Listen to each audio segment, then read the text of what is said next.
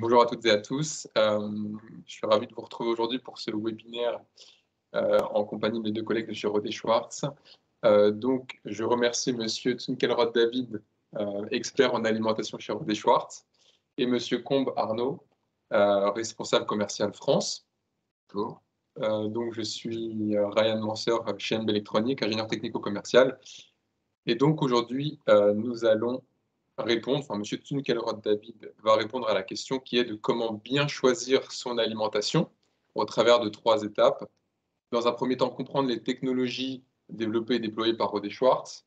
Et ensuite, on va étudier et présenter les critères, qu'ils soient génériques et ou applicatifs. Juste avant, je vais vous présenter MB Electronics et Monsieur Combarneau va vous présenter Rodet Schwartz. On va donc passer 1 heure ensemble aujourd'hui, en moyenne 30 minutes de présentation et 30 minutes de questions-réponses. Donc, je vous invite à les poser dans le chat et nous reviendrons sur vos questions pour y répondre à la fin. Alors, rapidement, MB Electronics, c'est une société qui a été créée en 1972, donc cette année, on fête les 50 ans de la société. MB Electronics est spécialisée autour de 4 domaines. Le premier étant le plus important, qui est la distribution d'équipements autour du test et mesure. Il faut savoir que depuis quelques années, grâce à une équipe d'ingénieurs d'application, on sait développer et concevoir des solutions nouvelles, des solutions précises autour de sujets tels que par exemple des déploiements d'alimentation ou autres. Aussi avec des ingénieurs de maintenance, on aime apporter, en fait on sait envelopper et on apporte de l'aide et des solutions, que ce soit dans l'avant-vente jusque dans l'après-vente avec par exemple des services de maintenance et aussi d'aide comme des SAV ou pour répondre aux besoins de matériel qui sont peut-être parfois vieillissants. Et aussi, MB Electronics dispose de laboratoires en interne, 3 laboratoires, dont un qui est en virtuel. Et donc, MB Electronics, le siège est basé à Buc, en région parisienne, près de Versailles, et nous disposons d'une deuxième entité dans la région grenobloise. En ce qui concerne quelques chiffres d'MB Electronics, nous sommes 64 collaborateurs et nous avons fait un chiffre d'affaires annuel de 25 millions d'euros. Donc, les marchés sur lesquels nous sommes implantés, un bon tiers représente l'aéronautique, l'aérospatiale et la défense. Nous travaillons aussi avec une majorité de laboratoires de recherche et d'écoles, d'universités en France. Et donc, nous travaillons avec l'industrie de manière générale. Aussi, nous avons une forte implantation autour du semi-conducteur. À droite, vous retrouverez notre top 15 de nos clients avec lesquels nous travaillons les plus importants. Donc, j'imagine que vous serez familier avec la plupart de ces derniers. Concernant MB Electronics, donc, nous avons plusieurs activités. Nous avons aussi une activité business à laquelle je fais partie. Et donc, en fait, on sait répondre à un ensemble de solutions à l'aide de notre savoir-faire. Concernant nos domaines d'activité, en face de vous, vous avez une liste exhaustive des différents partenaires avec lesquels nous travaillons dans différents domaines, que ce soit la conversion d'énergie, l'instrumentation ou encore la métrologie, mais aussi les tests avioniques, les tests semi-conducteurs et la simulation environnementale. Et donc, comme je vous l'ai précisé, MB Electronics dispose d'une activité e-commerce. Et donc, grâce à ces partenaires, nous savons répondre à un ensemble de solutions parce que nous cherchons à pousser nos partenariats pour étendre au maximum nos capacités à répondre aux solutions et aux différents besoins. Donc, comme je vous l'ai précisé, grâce à notre équipe d'ingénieurs d'application, voici un exemple de quelques réalisations que nous avons pu réaliser chez MB Electronics ces quelques dernières années. Pour revenir sur les laboratoires d'essai, donc il y a 2 laboratoires en présentiel chez Buc chez MB Electronics à Buc. Donc un laboratoire d'essai aggravé Alteas et un laboratoire de contrôle non destructif avec de la microscopie acoustique. Donc, pour revenir rapidement sur l'équipe d'MB Service, avant de passer la parole à M. Combarneau, nos ingénieurs de maintenance sont spécialisés autour de 5 pôles de compétences: l'instrumentation des tests et mesures, la métrologie, les semi-conducteurs, mais aussi la conversion d'énergie et les tests environnementaux. Je laisse la parole à M. Combarneau. Merci, Ryan. Un petit mot rapide concernant Rohde & Schwarz, juste avant de démarrer. Donc, l'histoire de Rohde & Schwarz, donc une société allemande, comme son nom l'indique, je pourrais dire, fondée en 1933 par M. Rohde et M. Schwarz. Donc voilà, donc, relativement simple au niveau du nom. On reste une société familiale, donc qui appartient toujours à la famille de M. Rohde et M. Schwarz. Voilà, ce qui nous permet effectivement d'orienter des actions, on va dire, des actions à long terme et de réinvestir énormément en R&D. C'est vraiment important dans le savoir-faire de Rohde & Schwarz. Quelques chiffres, donc voilà, siège social basé à Munich en Allemagne, 13 000 employés, 2,3 milliards de chiffre d'affaires et on est présent dans plus de 70 pays directement dans le monde. Voilà, ça vous donne un petit peu une vision de Rohde & Schwarz. Rohde & Schwarz, c'est quoi? Rapidement, en fait, il y a 3 piliers. Le test et mesure, c'est là, c'est cette activité dont on va vous parler aujourd'hui, en particulier avec les alimentations, celle qui est aujourd'hui la plus connue, mais ce n'est pas la seule. On a aussi une activité qui s'appelle technologie et système, qui là s'appuie plutôt sur les parties sécurité, au sens large du terme. Donc sécurité, ça peut être la communication sécurisée, les infrastructures critiques, mais aussi, comme vous voyez là, des portiques de détection, par exemple, qu'on peut retrouver dans les aéroports. Et puis la dernière entité, qui est la partie network et cybersécurité. Voilà. Donc, deux dernières activités peut-être moins connues, mais qui représentent effectivement un gros potentiel pour Rohde & Schwarz. Voilà, c'est fini pour la partie Rohde & Schwarz. Je laisse la parole à mon collègue David Tunkelroth pour vous parler des alimentations. Bonjour. Donc, pour la partie alimentation, c'est peut-être dans le sens que de choisir une alimentation qui correspond avec vos besoins et également peut-être quelques critères qu'on doit prendre en compte en termes de l'application. Donc, donc, dans le monde idéal, on a une source de puissance qui arrive en AC et on a un allié qui peut en fait tout traduire en DC avec un résultat qui est complètement réglé et plat et tout se passe bien. Pour moi, ça m'aide en fait que ce n'est pas le monde idéal où on travaille, c'est plutôt dans un domaine réel. Et là, on a quelques contraintes qui arrivent et comme ça, je peux garder mon poste. Donc, le premier, c'est en fait, par rapport à la puissance en AC qui arrive, il n'y a pas une ligne qui est capable en fait de tout fournir en DC. Et donc, on a un ratio qui est très important. C'est en fait l'efficacité de la ligne de traduire cette puissance en AC vers la puissance en DC. Et ça, c'est assez important qu'en fait, ça définit en fait deux grandes familles de lignes.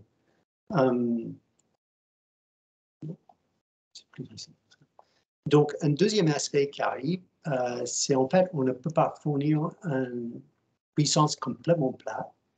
Et donc, dans cette puissance, on va toujours voir qu'il y a une ondulation à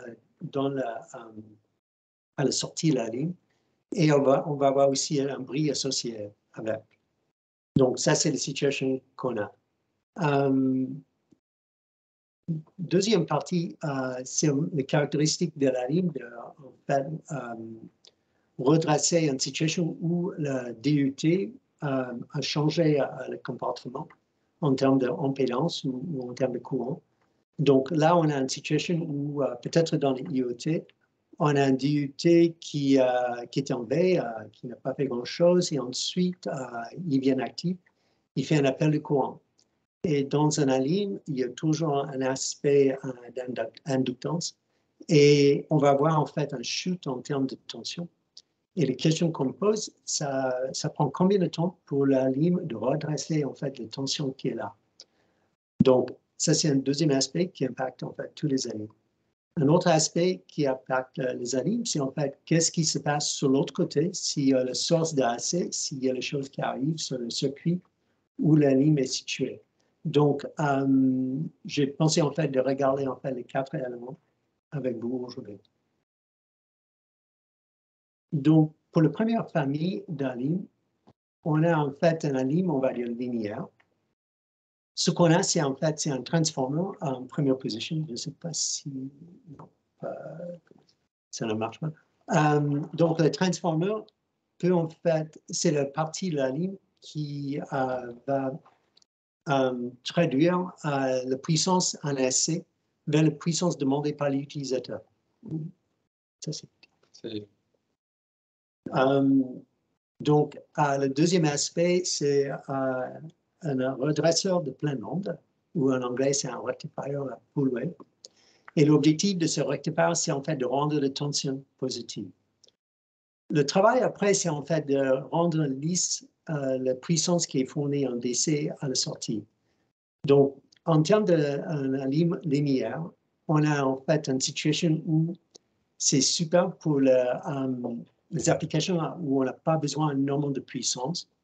L'architecture est relativement simple et ça produit en fait à la fin une sortie en DC qui est bien plat.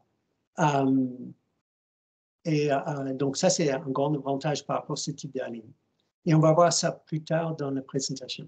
Il y a quelques désavantages. Il y a beaucoup d'AC pour en fait très peu de DC. Ça veut dire que l'efficacité de ce type d'alignement, c'est environ 20 ou 40%. Donc, ce qu'on ne peut pas en fait utiliser à la fin, ça part en chaleur. Donc, ça c'est peut-être un point par rapport à la ligne linéaire qui pose la plus grande contrainte. OK. Maintenant, on va passer vers la prochaine famille. C'est la famille de lignes découpage. Dans cette famille-là, on a la AC qui arrive. Et ensuite, on va commencer en fait d'aller vers la puissance demandée par l'utilisateur. Donc, la première chose qu'on va faire, c'est en fait, on va rendre en fait la tension toujours positive avec le redresseur de plein nombre. Et ensuite, par rapport à une approche, on va dire modulée, on va essayer en fait de redresser le plus possible le DC qui sort à la fin. Donc, ce cas-là, c'est en fait une modulation, un pulse width modulation qu'on utilise, mais il y a d'autres approches aussi en termes de modulation. Et en utilisant ce type de modulation, on va en fait essayer de lisser la puissance à la sortie le plus possible. Donc, ce type d'alim, c'est un lim de découpage. Il y a quelques avantages. Un, c'est l'efficacité de ce type d'alim. C'est au-delà de 80%. Donc, on peut imaginer qu'on en a besoin pour les applications de plus grande puissance. Ça, c'est peut-être la meilleure approche pour le choix d'un alim. Également, il y a une grande dynamique en termes de la puissance qu'on peut fournir à la fin. Donc, ça, c'est pas mal aussi. Mais il y a quelques désavantages. Un, c'est en fait cette ondulation qui reste avec le réglage de la sortie peut avoir les influences sur l'issue de COM. Et on a peut-être un petit peu plus l'ondulation et le bruit qu'une ligne de linéaire. Oui, pourquoi pas avoir en fait quelque chose entre les deux.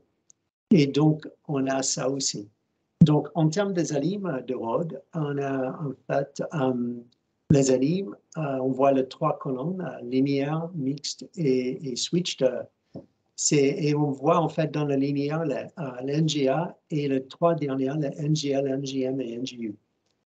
Sur la partie découpage pur, on a les produits qui fournissent en fait plus de puissance qui ressemble à normal. Et on a aussi une partie qui est entre les deux gains.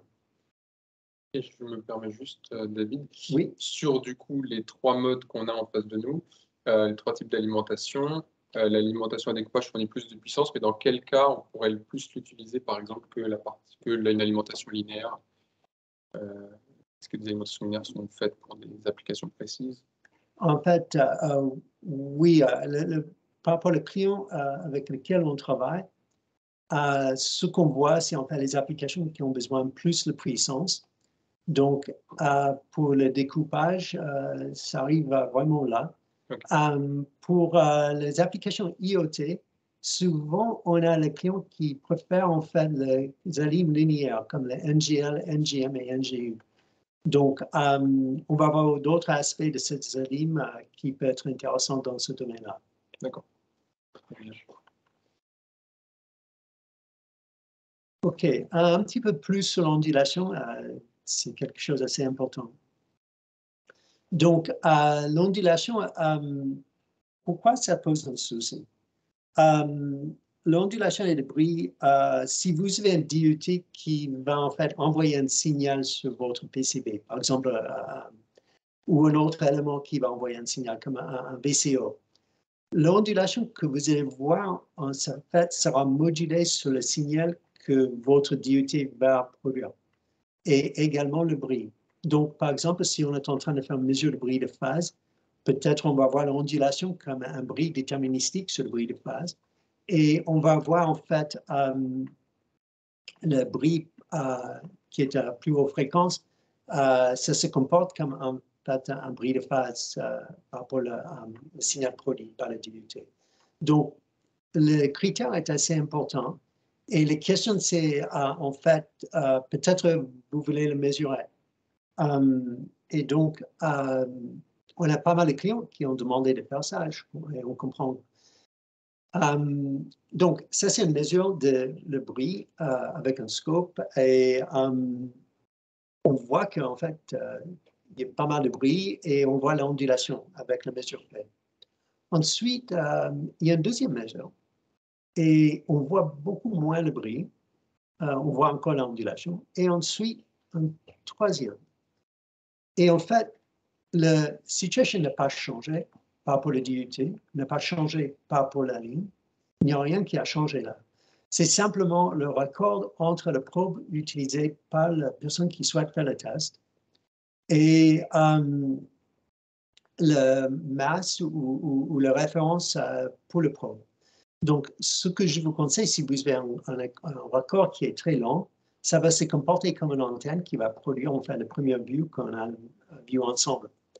Donc, si vous avez l'envie de faire ce type de mesure ou le besoin, je vous conseille de contacter votre personne à MB et de prendre contact avec mon collègue Xavier Cheng, qui est un expert dans ce domaine. Donc, il peut vous guider comment on peut faire la mesure bien sur un scope et voir quelque chose qui sont utiles. Ensuite, vous avez une autre possibilité si vous ne voulez pas faire la mesure. Nous avons le spec qui couvre en fait cet aspect. Et ce qu'on voit, c'est en fait dans le spec, on a une tension qui est avec une ondulation et un bruit en dessous de 500 microvolts. Et voilà, vous avez aussi la mesure qui est présentée là. Et on voit qu'il y a une bonne marge entre ce qu'on mesure et notre spec. En termes de notre gamme de Zalim, on a un valeur là qui présente en fait l'ondulation et le bruit avec la tension et également le courant. Ce qui est intéressant, si on regarde en fait les dernières trois, qui sont les Zalim linéaires, on voit qu'en fait, eux, ils sont très bas en termes de ce type d'ondulation et bruit. Donc, on voit que ça colle avec ce qu'on a imaginé, qu'on a juste parlé au début, en fait, la différence entre les deux types d'Zalim. Ensuite, j'aimerais bien passer vers un autre aspect, c'est en fait là qu'on a parlé en IoT, par exemple, où il y a après le courant et combien de temps ça prend de redresser la tension qui est là. Et donc là, on a également une mesure qui est faite par rapport le recovery time, qu'on a dit c'est en dessous de 30 microsecondes. Et là, on a une mesure qui est faite où on voit c'est 28,6. Donc, le moins que 30, c'est notre spec. Et donc, si vous avez un critère autour de ça, vous pouvez utiliser notre spec comme un guide. En termes de ce parti de load recovery, on voit que il y a les trois dernières où en fait on a encore un temps le minimum, mais on voit que les autres sont aussi respectables. Donc, ça amène la question de en fait prendre notre spec en face de vos besoins. Si vous avez des critères qui sont moindre exigeants, il est tout à fait possible que nous avons en fait un ligne qui correspond avec vos besoins là. la puissance. Donc, la question souvent posée, c'est en fait, OK, on achète un anime de fournir en puissance, qu'est-ce qu'on peut imaginer d'avoir à la fin? Donc, dans le passé, on était en fait coincé d'avoir seulement une tension et un courant, et la lime peut en fait, la lime était fixée à travers de ça. Ensuite, avec l'évolution, on a eu la possibilité de fournir en fait deux gammes de caractéristiques. Soit on a le choix de plus de puissance, ou soit on a le choix de plus de courant, mais on ne peut pas avoir en fait la partie au milieu. Ça veut dire la partie entre la puissance max en tension, en favorisant la tension, et la puissance max en favorisant le courant. Aujourd'hui, nos gammes des alimes fonctionnent en puissance maximale. Ça veut dire que si vous avez besoin, en fait, un petit peu plus de tension et moins le besoin pour un petit peu plus de courant, vous pouvez en fait glisser entre les deux extrêmes, d'avoir une situation entre les deux. L'objectif principal, c'est en fait que vous n'avez pas besoin en fait, d'acheter un autre anime pour chaque besoin. Notre espoir, c'est en fait qu'un anime va en fait satisfaire le plus le besoin possible. OK. Il y avait un quatrième élément qu'on a parlé, c'est la situation où on a le changement par rapport à l'AC qui est sur le circuit. Et donc là, j'aimerais bien présenter l'orientation vers une idée que notre sorties sont flottantes. Donc, à gauche, vous voyez qu'on a l'aspect avec l'AC qui arrive et on a une isolation galvaniquement qui aide d'avoir en fait notre sortie flottante. Donc, s'il y avait un changement sur le circuit AC, on est bien protégé. Ça donne une autre possibilité, et ça, c'est en fait pour chaque canal qui existe sur la ligne. Donc, vous pouvez acheter un ligne de 4. Chaque canal est galvaniquement isolé de l'AC, mais également, eux, ils sont indépendants. Ils ont galvaniquement isolé chacun l'autre. Ça donne la possibilité de, en fait, élargir l'idée que vous n'avez pas besoin d'acheter un ligne pour chaque besoin. Donc, si vous avez besoin d'avoir, en fait, plus de courant, vous pouvez faire une cascade en parallèle et obtenir au maximum à 80 ampères, ou vous pouvez faire une cascade linéaire et avoir en fait une tension de 250 volts. Donc, l'objectif encore, c'est en fait de diminuer le besoin d'acheter plusieurs alimes. Peut-être un alime peut en fait satisfaire. Le prochain sujet que j'ai pensé de parler, c'est en fait les critères qui peuvent être intéressants par rapport à votre test que vous souhaitez faire. Donc, on a en fait l'affichage de la ligne qui donne en fait la puissance à la sortie. Et on a une situation où votre DUT est situé en fait sur l'autre côté, et entre les deux, il y a une perte. Et donc, on a fourni 5 volts au début, mais en fait, on voit 4,7 volts disponibles pour votre DUT. Et l'objectif pour nous, c'est en fait d'avoir en fait 5 volts disponibles pour vos tests. Il y a la possibilité d'ajouter la ligne d'essence. Et à ce point-là, on peut en fait faire mesure de chaque côté de votre DUT et déterminer la tension qui est actuellement là. Et on va faire un ajustage de la tension à la sortie, qu'on puisse fournir la tension que vous avez besoin devant votre DUT. L'autre aspect qui est intéressant là, c'est en fait s'il y a des choses entre les deux qui évoluent ou qui changent en termes d'impédance, la ligne va en fait ajuster automatiquement de fournir toujours 5 volts pour votre DUT. David, c'est comme si on mettait un multimètre en fait aux bornes de la ligne pour venir mesurer l'élément sous test, c'est ça? C'est ça. C'est un très bon point. C'est un bon moyen de voir les choses. Donc, le problème avec un multimètre, c'est vous qui doit en fait changer la ligne après, et là, c'est fait automatiquement. OK, on a une ligne qui donne en fait une puissance positive et un courant positif. Ça, c'est la norme avec laquelle on a parlé. Mais peut-être c'est nécessaire par rapport à une application d'avoir aussi la possibilité de prendre en fait le courant. En anglais, c'est sync, le courant. Et donc, on a aussi les années de 2 cadrans. Et le problème qui arrive souvent pour le client, c'est en fait de savoir à quel état la ligne est située. Et on a travaillé sur l'aspect où, si vous regardez en fait le deuxième cadran à droite, vous avez la source et le sink. On voit qu'en fait le courant est pris avec un valeur négative. Donc, vous êtes facilement capable de voir en fait qu'est-ce que la ligne est en train de faire. Également, la transition entre les deux c'est lisse. Ça veut dire que vous n'avez pas besoin de changer quelque chose. La ligne va naturellement basculer vers l'un ou l'autre. L'application qu'on voit le plus souvent, c'est l'application autour de la batterie. Donc, si ça ne vous dérange pas, je vais passer un petit peu de temps sur le sujet. D'abord, la batterie, il y a plusieurs caractéristiques qui sont curieuses. La batterie, c'est exprimé en termes de capacité de charge. Donc, c'est l'ampère qu'on voit en fait écrit sur le corps de la batterie. Et ce qui n'est pas toujours évident, c'est en fait, est-ce que cette capacité est livrée par la batterie dans une manière linéaire? Et la réponse, on va découvrir, c'est non. Et ça peut dépendre sur quelques critères. Donc, ce qu'on a réfléchi, c'est d'utiliser quelque chose qui sont souvent trouvés dans l'industrie. Et le premier, c'est en fait d'avoir un axe X où on peut dire, OK, quel est l'état de batterie dans cet état? Donc, ça, c'est le state of charge que vous voyez à droite de la batterie. Donc, ce state of charge, c'est en fait un ratio entre la puissance maximale, ou la capacité maximale plutôt, d'une batterie, par rapport à la capacité qui reste dans la batterie. Et donc, ça, on va utiliser pour expliquer l'état de la batterie.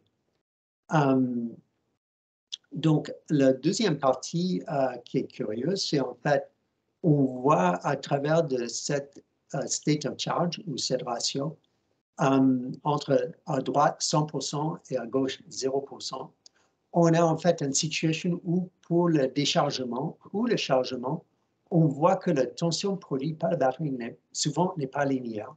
Et également, comme on a vu sur la batterie, il y a peut-être une partie où la batterie ne peut pas profiter de la charge ou la capacité dans la partie où on a très peu qui reste. Donc, la question, c'est en fait, si on est en train de tester un DUT dans le domaine de IoT, d'utiliser une batterie, ça peut être vraiment pénalisant. Et la question, c'est est-ce qu'on peut en fait adapter une ligne pour faire ce type de, pour aider un client pour développer ce type de produit autour d'une batterie. Et donc, pour nous, ce qu'on a proposé, c'est en fait d'utiliser cette partie de state of charge pour en fait caractériser la tension qu'on va fournir ou le courant qu'on va prendre. Et une autre caractéristique que j'aimerais bien parler, c'est aussi l'impédance ou la résistance. Donc, en batterie, il y a toujours une impédance innée dans une batterie. Et peut-être vous voulez en fait caractériser seulement une batterie, ou peut-être vous voulez caractériser la batterie avec d'autres choses autour, un système. Souvent, on parle d'un système BMS ou Battery Management System. Et là, on voit que l'impédance à travers de ce state of charge, ou cette capacité qui reste dans la batterie, n'est pas linéaire non plus. Donc, le SPRA, c'est en fait, si on peut simuler les trois aspects, la tension et la résistance à travers le state of charge, on peut avoir en fait une situation où on peut caractériser un DUT qui fonctionne avec une batterie le plus précisément possible et passer le temps où en fait, peut-être on a la situation la plus difficile à gérer. Donc, il y a deux grandes approches. Un, c'est en fait la possibilité de... Ah, je peux faire ça. Donc, il y a deux grandes possibilités. On peut faire la synoptique interactivement.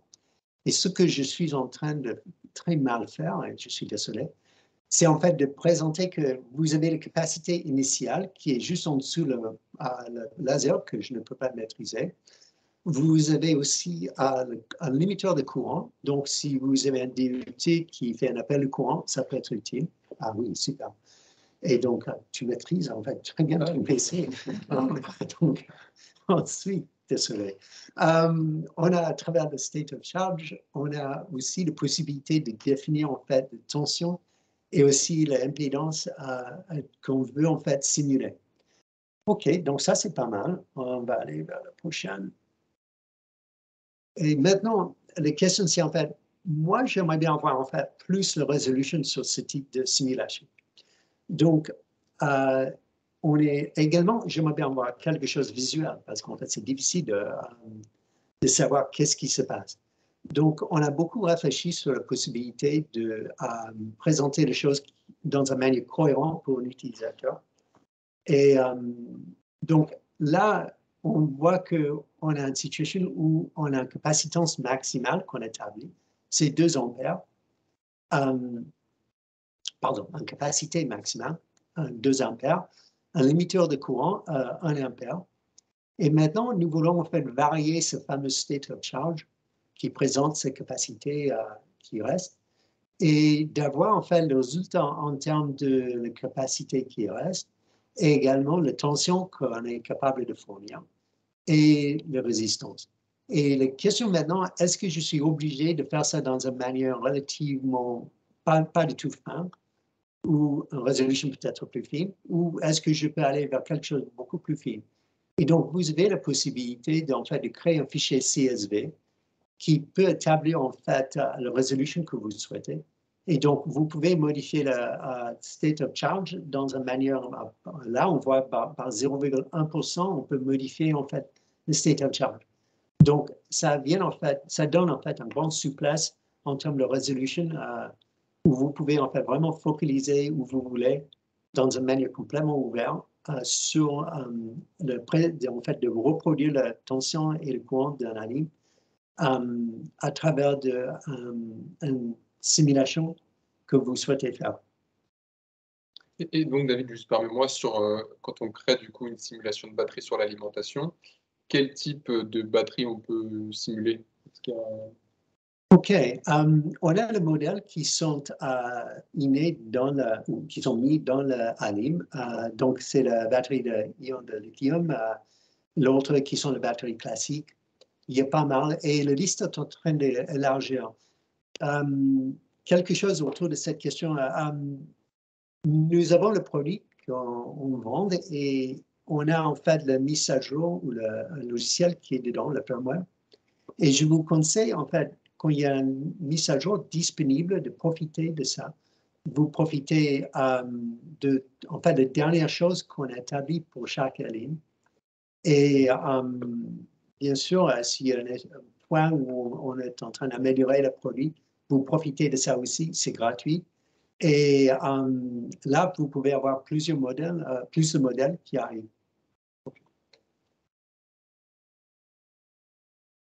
De penser un petit peu la dernière fois sur la partie batterie. On voit dans le marché, il y a plusieurs points où les clients travaillent en utilisant une batterie, mais également pour en fait tester les choses qui se comportent comme une batterie. Donc, on a les aspects en R&D et en production, et on voit que nos alimes sont utilisés dans les deux. On a aussi la partie intégration où en fait les batteries sont intégrées dans quelque chose et le remplacement de batteries pour les simulations, on voit que nos alimes sont pris dans ce domaine-là. Et beaucoup dans la partie BMS. BMS, souvent, c'est Battery Management System est pris en parlant de la situation peut-être avec la voiture.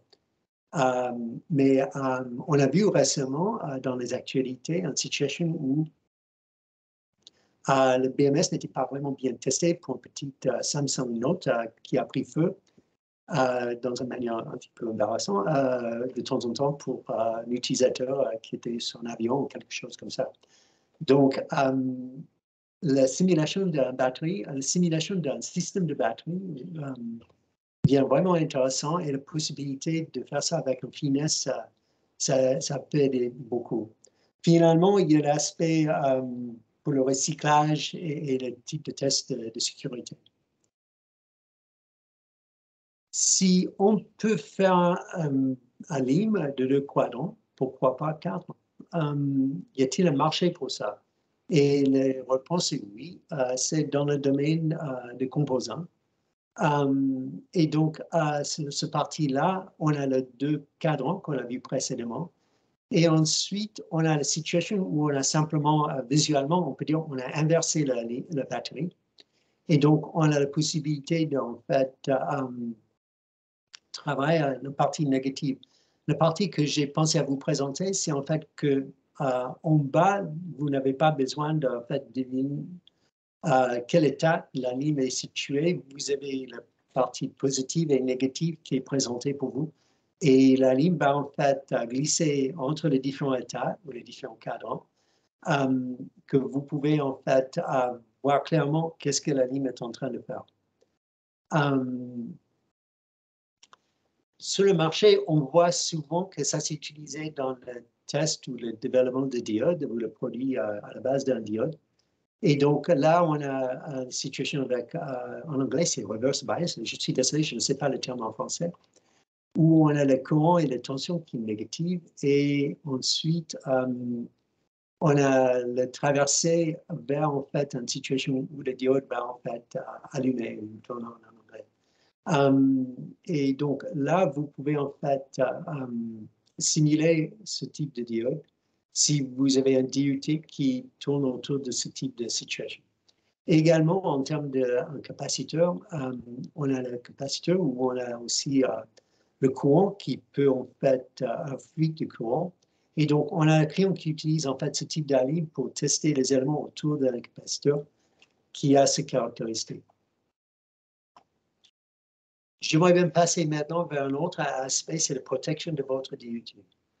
Donc, manière classique, on a la tension, ou si on a une tension qui bascule, devient très importante, on a la possibilité, on dit un fusible, qui va en fait arrêter la tension. Également pour la puissance, la température. Et finalement, j'aimerais bien parler un petit peu de aussi la protection en termes d'un courant. Si on a une situation avec un appel de courant qui est très, très fort, qu'on peut en fait arrêter la lime également. Donc là, on commence à avoir un petit souci qui arrive parce qu'en fait, on a un appel de courant, un appareil, un DUT peut en fait faire un appel de courant qui est très fort. Et ça, c'est complètement normal. Et après, s'il fait un appel de courant en même magnitude, ce n'est pas normal. Donc, on peut imaginer en fait, de limiter en fait, la situation en termes de durée d'un fusible avant de déclencher et arrêter la ligne.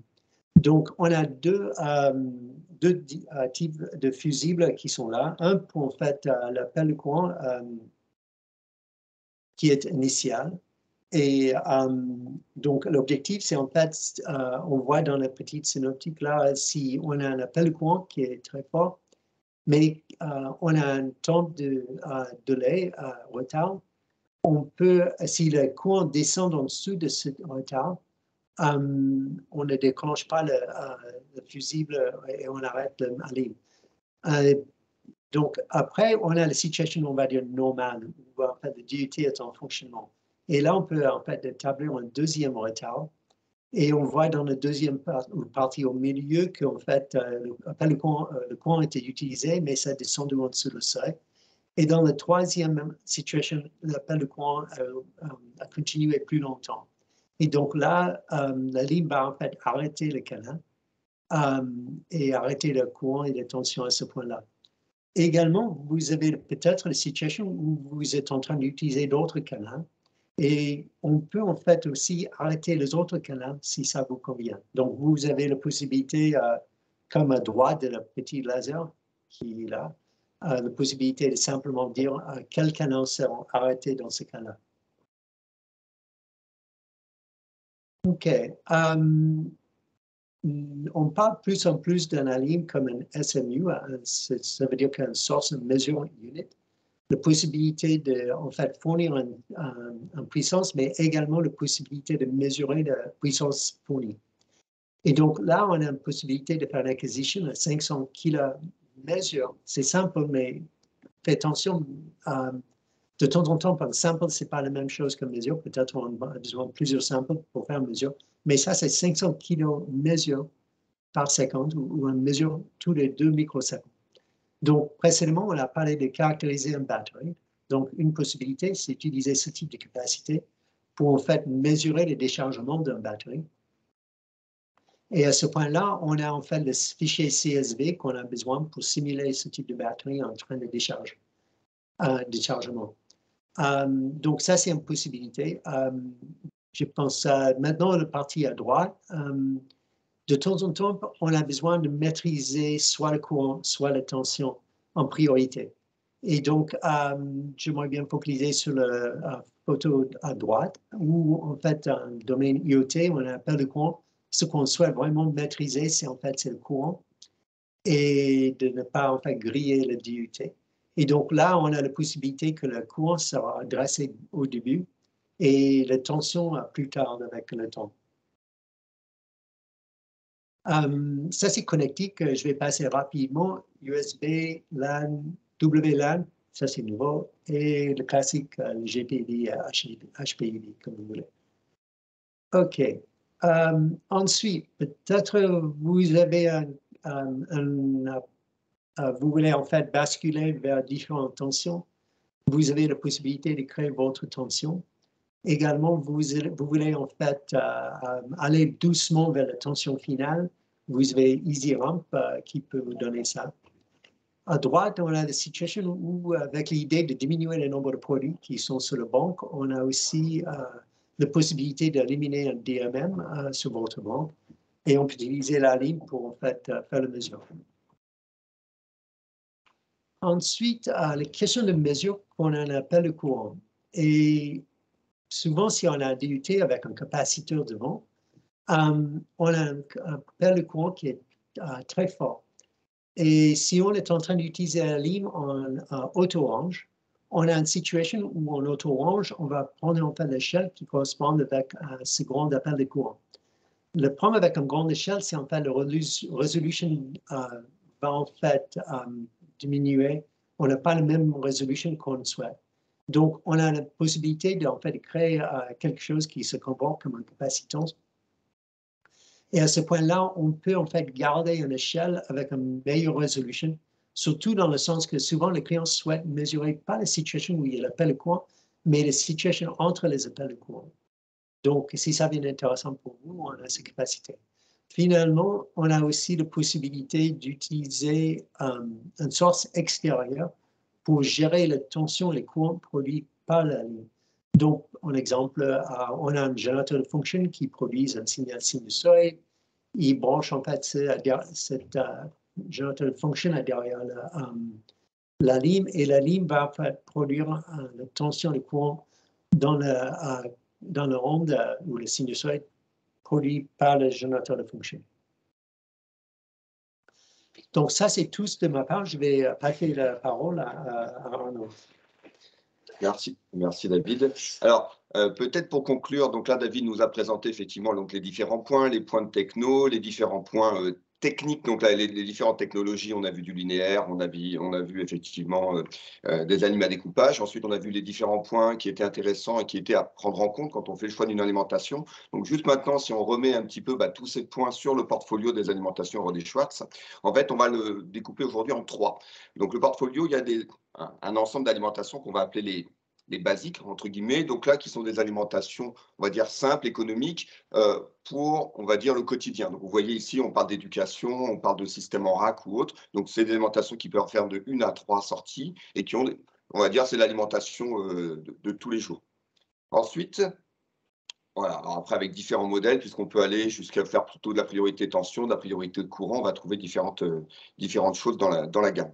Ensuite, on va aller vers des alimentations là, qui vont être plus au niveau de la puissance. Donc là, on va avoir des alimentations qui vont faire de 2, 3 ou 4 sorties. Et là, on va plutôt regarder la partie puissance qu'on a vu tout à l'heure. Donc, on va plutôt avoir des alimentations soit linéaires dans le bas, soit ce qu'on va appeler en dual, donc switch et linéaire sur la partie du haut. Donc là, effectivement, l'idée, c'est plutôt de la programmation. Donc, on est sur des sorties isolées, donc avec aucune masse commune, donc entièrement isolée. Chaque voie est isolée par rapport à la précédente et bien sûr isolée par rapport au secteur. Donc là, on est plutôt sur des choses où on aura plus de puissance, plus de voies.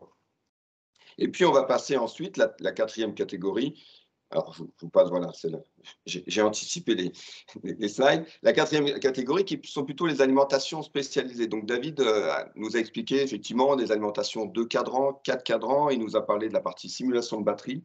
Donc là, où la partie où on peut venir en fait utiliser l'alimentation, c'était le dernier slide de David, on va utiliser l'alimentation comme un amplificateur. Donc, on rentre un signal externe, donc un signal qui vient, là, typiquement, par exemple, d'un générateur alternatif, et on va pouvoir amplifier, donner de la puissance à ce signal. Voilà. Donc là, typiquement, on est dans la troisième catégorie qu'on va appeler, alors chez nous, on les a appelés des alimentations spécialités, donc voilà, un petit peu plus spécialisées, on va dire en français, où là, on va effectivement retrouver des choses d'alimentation 2 cadrans, de l'alimentation 4 cadrans, où là, on va pouvoir travailler à la fois sur le côté résolution, le côté niveau de bruit. On parlait tout à l'heure de simulation de batterie. Donc, simulation de batterie, ça demande de travailler par exemple en mode 2 cadrans, donc être capable de générer comme une fait l'alimentation standard, mais également d'absorber, donc plutôt de vider une batterie ou de faire comme une batterie. Donc là, on va consommer, donc on peut se mettre dans les deux sens, mais également on a besoin effectivement d'avoir un signal qui est relativement stable. Donc c'est typiquement ce type d'alimentation qu'on va avoir. Donc là, vous voyez dans le terme d'application, on va pouvoir émuler les caractéristiques d'une batterie, on va pouvoir s'en servir comme une charge, on va pouvoir également tester les composants, puisqu'on va également parler là d'alimentation 4 cadrans. Donc on va pouvoir également se mettre dans la partie test de composants. Pour récapituler, donc voilà le portfolio. Donc on a vu les 3 catégories, les parties basiques, la partie qu'on va appeler performance et la partie spécialité. Et là, vous retrouvez effectivement les différents modèles positionnés par rapport à ça dans le portfolio Rohde & Schwartz. Donc on va retrouver, vous voyez, donc on peut aller 100 volts, 200 volts d'un côté sur l'alimentation standard, pardon, de l'autre côté jusqu'à 60 volts, 64 volts ou 250 volts si on les met en série. On a vu effectivement le côté série parallèle avec des alimentations à sortie indépendante. On peut vers plus de courant. Donc là, on a des alimentations qui permettent effectivement d'aller vers plus de courant, donc 20 ampères, 80 sur 4 voies. Et puis de l'autre côté, effectivement, pareil, des alimentations la plus spécialisées, où on va faire plutôt de la partie charge-décharge. Donc on peut descendre très très bas pour faire de l'IoT. David nous en a beaucoup parlé, donc aller jusqu'à une résolution de 100 picoampères, mais également aller de l'autre côté jusqu'à 8 ampères dans le côté charge. Un petit tableau ici là, qui va récapituler donc, les différents points qu'on a vus. Donc, si vous cherchez, en fonction de tout ce qu'on vous a dit là, à identifier quelle est la bonne alimentation à utiliser pour votre besoin et en fonction de vos contraintes, vous retrouvez ici, on va dire, à l'horizontale. Hop. Vous retrouvez à l'horizontale ici les différentes fonctions, les différentes points techniques à revoir. Donc, on a les versions, on va dire les choses classiques, le nombre de voies, la puissance par voie, la résolution. Après, on a plutôt les choses utilitaires. On va travailler sur charge. Est-ce que l'alimentation doit se comporter comme une charge ou pas? Est-ce qu'elle a besoin de sense ou pas? Est-ce qu'elle a besoin d'un trigger? Et puis derrière, est-ce qu'on a besoin, côté applicatif, d'avoir du data logging, donc d'enregistrer, de s'en servir un petit peu comme un enregistreur, d'avoir du test de batterie, de la simulation de batterie? Voilà. Donc ce tableau-là va vous permettre de retrouver, d'identifier peut-être la bonne série d'alimentation, sachant que chaque série est ensuite disponible avec plus ou moins 1, 2, 3, 4 voies, avec des puissances différentes, des courants différents, etc. Voilà, ça va vous permettre d'identifier ça. Quelques liens pour en savoir plus. Si la présentation vous a intéressé, vous voulez en savoir un petit peu plus, on vous a récapitulé ici donc des vidéos sur comprendre les sources de mesure, dans ce qu'on va appeler, ce qu'on appelle dans le jargon les SMU. Donc là, c'est ce qu'on a appelé autrement les alimentations 2 cadrans ou 4 cadrans. Donc là, vous avez une petite vidéo YouTube qui va vous présenter ça. Et puis, comprendre, par exemple, les caractéristiques d'une alimentation. Vous allez pouvoir le retrouver, ou les fondamentaux. Donc, vous allez pouvoir retrouver tout ça sur la chaîne YouTube Rohde & Schwartz. De l'autre côté, vous avez également là plutôt des notes d'application dans nos documents qui vont vous présenter les différents points pour choisir une alimentation, donc tout ce qui est caractéristiques de sortie, la partie mesure et monitoring, et puis la partie interface. Donc on a vu tout à l'heure interface USB, GPIB, etc., avec toutes les possibilités de pilotage derrière, la partie puissance et la partie arbitraire. Voilà. Vous avez également un document sur la partie simulation de batterie et analyse des faibles consommations. Voilà. Il y en a d'autres qui existent, ce n'est pas du tout exhaustif, et n'hésitez pas donc effectivement à contacter MB Electronics si vous avez d'autres besoins. On pourra identifier la bonne note d'application pour répondre à ça. Maintenant, le temps est à vous pour la partie questions. Donc, n'hésitez pas, vous la marquez sur le côté, je pense que c'est sur le côté de l'écran, vous avez partie conversation et vous pouvez poser vos questions directement. Si vous souhaitez sinon qu'on revienne sur un point que vous n'avez peut-être pas compris ou souhaitez peut-être qu'on éclaircisse un peu, n'hésitez pas. Question.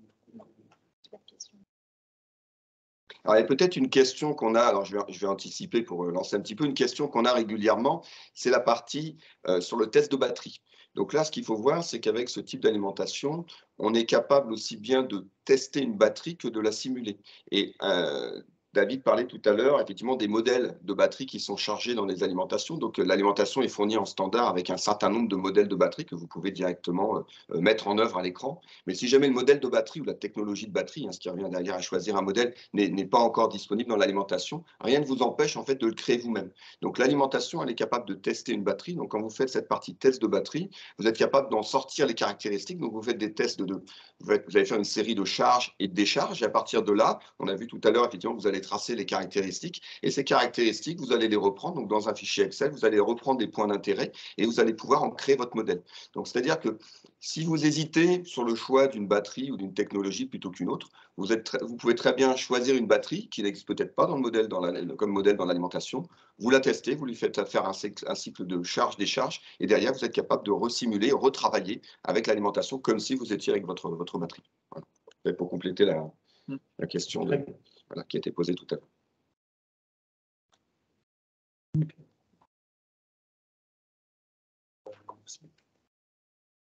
Bon, bah, écoutez, s'il n'y a pas de questions, je remercie M. Tunkel-Roth David d'avoir présenté aussi finement ce webinaire et j'espère que nous avons réussi à répondre à la question de comment choisir votre alimentation. En tout cas, comme l'a précisé M. Combe, n'hésitez pas à nous contacter, que ce soit moi, M. Mansour-Ryan ou directement Rodé Schwartz. Si vous avez des questions ou des besoins, ou peut-être même un projet qui est en étude, si vous souhaitez le développer. Merci, M. Combe-Arnaud.